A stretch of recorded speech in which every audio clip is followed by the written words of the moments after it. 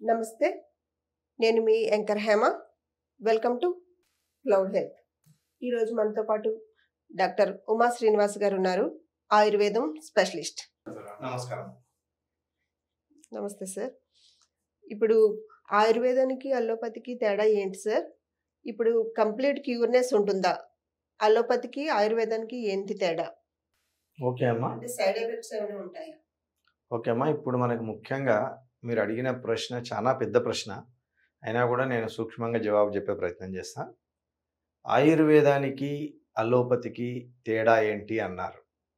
So ఆయుర్వేదం అనేది మన భారతదేశంలో మొదటి నుంచి అంటే సుమారుగా ఒక 3000 సంవత్సరాల క్రితమే ఆయుర్వేదం అనేది ఏర్పడింది.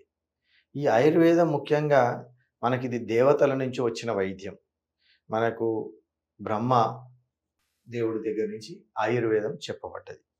ముఖ్యంగా ఈ ఆయుర్వేదాన్ని భరద్వాజుడు ఆ విధంగా ఒకరి నుంచి అశ్విని కుమారులు ఒకళ్ళ నుంచి ఒకళ్ళకు నోటి ద్వారా అంటే వారు చెప్పింది వీళ్ళు గుర్తుంచుకొని మళ్ళీ పూర్వ తరాలకు ముందు తరాలకు తీసుకెళ్లారు. దీన్ని మనం ఆయుర్వేద భగవంతుడు ధన్వంతరి.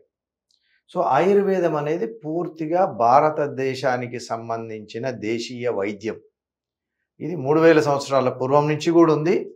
మన దేశానికి సంబంధించిన మన వాతావరణ పరిస్థితులకు మన వారికి వచ్చే వ్యాధులను గురించి అప్పుడు చెప్పబడ్డది. దీంట్లో ముఖ్యంగా చరకుడు, సుశ్రుతుడు అనే అనేక విధాలమైన వైద్యులు శాస్త్రజ్ఞులు ఉండేవారు. చరకుడు తను పూర్తిగా ఫిజిషియన్ అంటే మందుల ద్వారా చికిత్స చేసేవాడు. సుశ్రుతుడు అంటే is a father of surgeon. ఆ రోజుల్లో కూడా శస్త్రచికిత్సలు అంటే ఆపరేషన్స్కు మూలము ఆద్యుడు సుశ్రుతుడు. ఆ రోజుల్లో కూడా అనేక రకాలైన ఆపరేషన్లు చెప్పబడ్డాయి. ఇక మనం అలోపతి వైద్య విధానానికి వచ్చినట్టయితే ఈ అలోపతి వైద్య విధానం అనేది మనకు 200 సంవత్సరాల పూర్వం లేదు. 200-300 సంవత్సరాల నుంచి మాత్రమే ఇది కనుగొనబడింది. దీంట్లో ఏంటి అంటే మనకు ముందు అలోపతి వైద్యం కనిపెట్టినప్పుడు ఉన్నప్పటికంటే కూడా డే టు డే అంటే ప్రతిరోజు ప్రతిదినము ఎన్నో రకాలైన రీసెర్చ్లు జరగటం మూలంగా అనేక రకాలైన కొత్త ఔషధాలు, అనేక రకాలైన కొత్త విజ్ఞానం అంటే ఇప్పుడు మనం బ్లడ్ టెస్టులు ఉన్నాయి. ఒకప్పుడు కొన్ని టెస్టులే ఉండేది. ఒక ఎక్స్రే వచ్చినప్పుడు మనకు అది ఎక్స్రే అనేది ఒక అతిపెద్ద ల్యాబ్ టెస్ట్, ఎక్స్రే తీసి చూడటం. అటువంటిది ఇప్పుడు మనకు ఎంఆర్ఐలు, సిటీ స్కానింగ్ తర్వాత ఎంఆర్ఐ స్కానింగ్. సో ఒకప్పుడు సిటీ స్కానింగ్ వచ్చినప్పుడు మనకు అది పూర్తిగా విదేశీ పరిజ్ఞానం. మనకు హైదరాబాద్లో మొదటి సిటీ మిషన్ వచ్చినప్పుడు అది ఏమైనా ఇబ్బంది పెడితే దాన్ని రిపేర్ చేయడానికి కూడా జర్మనీ నుంచి వచ్చేవాళ్ళు. జర్మనీ నుంచి వచ్చి ఇక్కడ రిపేర్ చేసి వెళ్ళేవాళ్ళు. సో ముఖ్యంగా ఆధునిక వైద్యం అలోపతి అంటే ట్రీట్మెంట్ ఆస్పెక్ట్లో కొన్ని రకాల జబ్బులకు ఎక్కడైతే శస్త్రచికిత్సలు అవసరమవుతాయో ఆ శస్త్రచికిత్సలకు సంబంధించింది కానివ్వండి, శీఘ్రమైన చికిత్స ఎమర్జెన్సీ మెడిసిన్స్ కానివ్వండి, అలోపతి మెడిసిన్ ఎక్కువగా మనకు ఉపయోగకరంగా ఉంటుంది. ఇక పూర్తిగా వ్యాధులను మన ఆయుర్వేద పరంగా వచ్చినట్టయితే ఆయుర్వేదం అనేది అసలు వైద్యం కాదు, ఒక సామాన్య శాస్త్రం. అంటే మనిషి ఏ విధంగా ఉండాలి అంటే వ్యాధి వచ్చినాకనే చెప్పేది మోడర్న్ మెడిసిన్. మాది వ్యాధి గురించి కాదమ్మా. అసలు వ్యాధి రాకుండా ఉండాలంటే ఏం చేయాలి, ఒక మనిషి తన జీవన విధానం ఏ విధంగా గడపాలి, పుట్టినప్పటి నుంచి కాదు, శిశువు గర్భస్థ శిశువుగా ఉన్నప్పుడు ఆ గర్భస్థ శిశువుకు అంటే ఆ లేడీకి ఫీమేల్కు ఏ విధమైన ఆహారం ఇవ్వాలి అంటే గర్భిణి మొదటి మాసంలో ఏ విధమైన ఆహారం ఇవ్వాలి, రెండో మాసంలో ఏ విధమైన ఆహారం ఇవ్వాలి, ఇట్లా గర్భిణి మాసానుమాసిక పరిచర్య అని ఉంటుంది.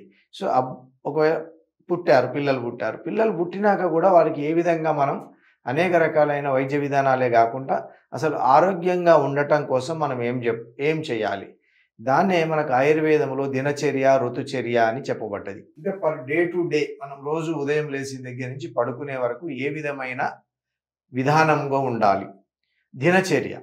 అదేవిధంగా ఋతుచర్య అంటే సీజనల్ రిజిమ్స్ అంటే మనం ఏ సీజన్లో ఎలా ఉండాలి మనిషి అంటే ఎండాకాలం, వర్షాకాలం, శీతాకాలం ఇట్లా అనేకమైన ఋతువులు ఉంటాయి. ఏ ఋతువులో మనం ఏ విధంగా జీవనాన్ని గడపాలనేది కూడా క్లియర్గా చెప్పబడ్డది.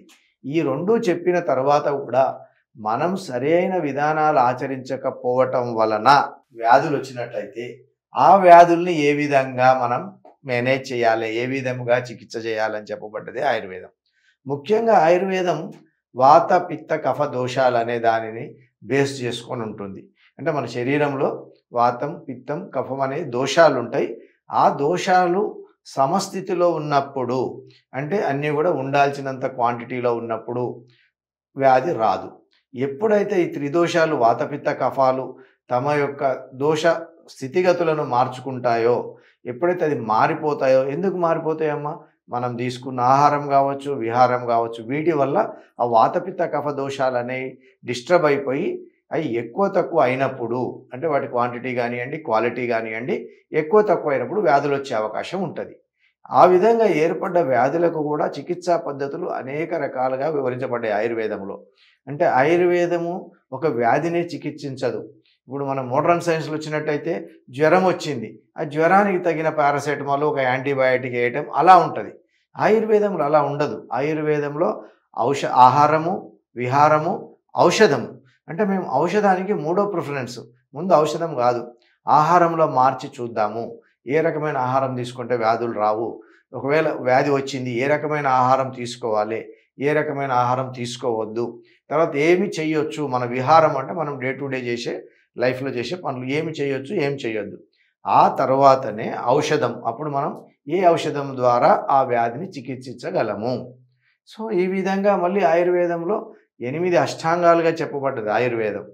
ఆయుర్వేదం మళ్ళీ అగైన్ 8 రకాలుగా చెప్పబడ్డది. అంటే శల్య చికిత్స, కాయా చికిత్స, శాలాక్య చికిత్స, ఈ గ్రహ చికిత్స, బాలరోగ చికిత్స, రసాయన చికిత్స, వాజీకరణ చికిత్స అని ఈ విధంగా ఎవరికి ఎక్కడ అవసరం వస్తుందో ఆ రకంగా అనేకమైన, అంటే బాలురకు వచ్చే వ్యాధులకు బాలరోగ చికిత్స, కౌమార భృత్యము అని, మనకు మామూలుగా వచ్చే అన్ని రకాల వ్యాధులను కాయ చికిత్స అని, ఎక్కడైతే ఆపరేషన్ అవసరమైందో అక్కడ దాన్ని శల్య చికిత్స అని, అంటే చెవి, ముక్కు, కన్ను వీటికి సంబంధించిన వ్యాధులను శాలాక్య చికిత్స అని, వ్యాధులు అంటే ఒక మనకు వయసు ఎక్కువైనాక వచ్చే వ్యాధులను వాజీకరణ చికిత్సలని, రసాయన చికిత్సలని, ఈ విధంగా ఇన్ని రకాల గ్రహ చికిత్సలు. గ్రహ చికిత్సలు అంటే ఈ బ్యాక్టీరియా, వైరస్ వీటి వల్ల వచ్చే వ్యాధులకు ఏ విధమైన చికిత్సలు ఇవ్వాలి. ఈ విధంగా ఆయుర్వేదం అష్టాంగ ఆయుర్వేదంగా మనకు అనేక రకాలైన వ్యాధుల నుంచి తప్పించుకోవటమే కాకుండా ఆరోగ్యంగా జీవించే జీవన విధానం చెప్పబడ్డది ఆయుర్వేద శాస్త్రంలో. అదే అలోపతిలో అయినట్టయితే అక్కడ కూడా ఆరోగ్యంగా ఎలా ఉండాలో చెప్తారు, కానీ ఆయుర్వేదంలో చెప్పబడినంత క్షుణ్ణంగా ప్రతి విషయాన్ని వివరించబడలేదు. కొన్ని సందర్భాలలో మనకు అలోపతి చికిత్సలు కూడా అవసరం కావచ్చు, ఎమర్జెన్సీస్లో కానివ్వండి, శస్త్రచికిత్సలు అవసరమైనప్పుడు కానివ్వండి. ఆయుర్వేదంలో కూడా కొన్ని శస్త్రచికిత్సలు చెప్పబడ్డాయి.